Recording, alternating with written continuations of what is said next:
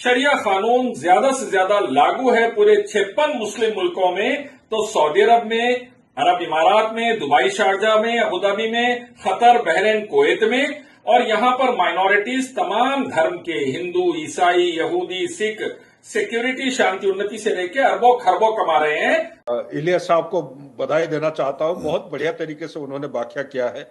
इलियास जी, मतलब एक बहुत बेसिक चीज है, कोई भी देश का राष्ट्राध्यक्ष हो वो सबसे पहले यही चाहेगा कि मेरे देश में सुख शांति रहे, जो भी पब्लिक मेरे देश में रह रही है वो अच्छे से रहे, सुख शांति से रहे, तो मेरा राष्ट्र, मेरा देश आगे बढ़ेगा।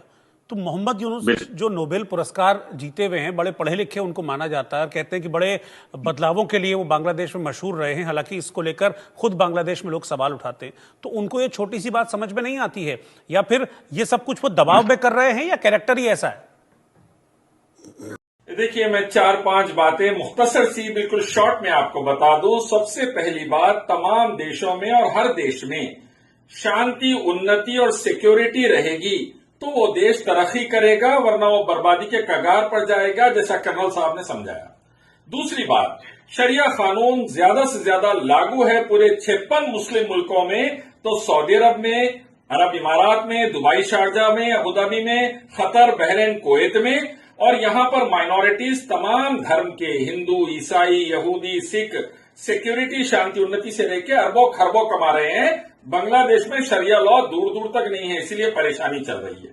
तीसरी बात, क्लैश ऑफ सिविलाइजेशन के ऊपर हमारे पहले प्रवक्ता ने, हमारे पहले पैनलिस्ट ने कहा है, बिल्कुल सही है कि कहीं पर कोई तरक्की करना चाहता है तो उसको इंटरनल आग लगा देते बाज दूसरे कंट्रीज, या एक्सटर्नल आग लगा देते।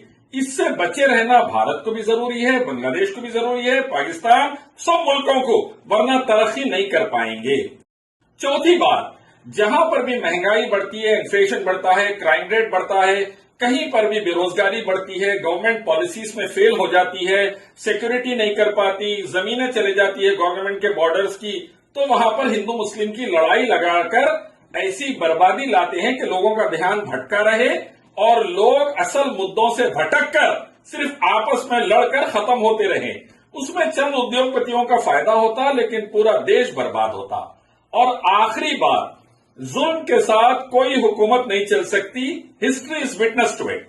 आप देख लें, तारीख उठाकर, जुल्म जो भी करा ज्यादा दिन नहीं टिका। ये अल्लाह ताला का कानून है।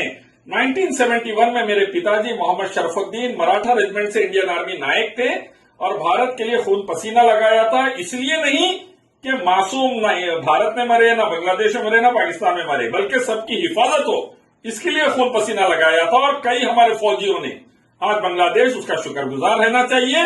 और हमारी फॉरेन पॉलिसी भी बांग्लादेश को, मालदीव को, श्रीलंका को, भूटान को हाथ से निकलने नहीं देना चाहिए, जो चाइना की ग्रिप में जा रहे हैं आहिस्ता आहिस्ता। बिल्कुल। इलियास साहब को बधाई देना चाहता हूं, बहुत बढ़िया तरीके से उन्होंने व्याख्या किया है।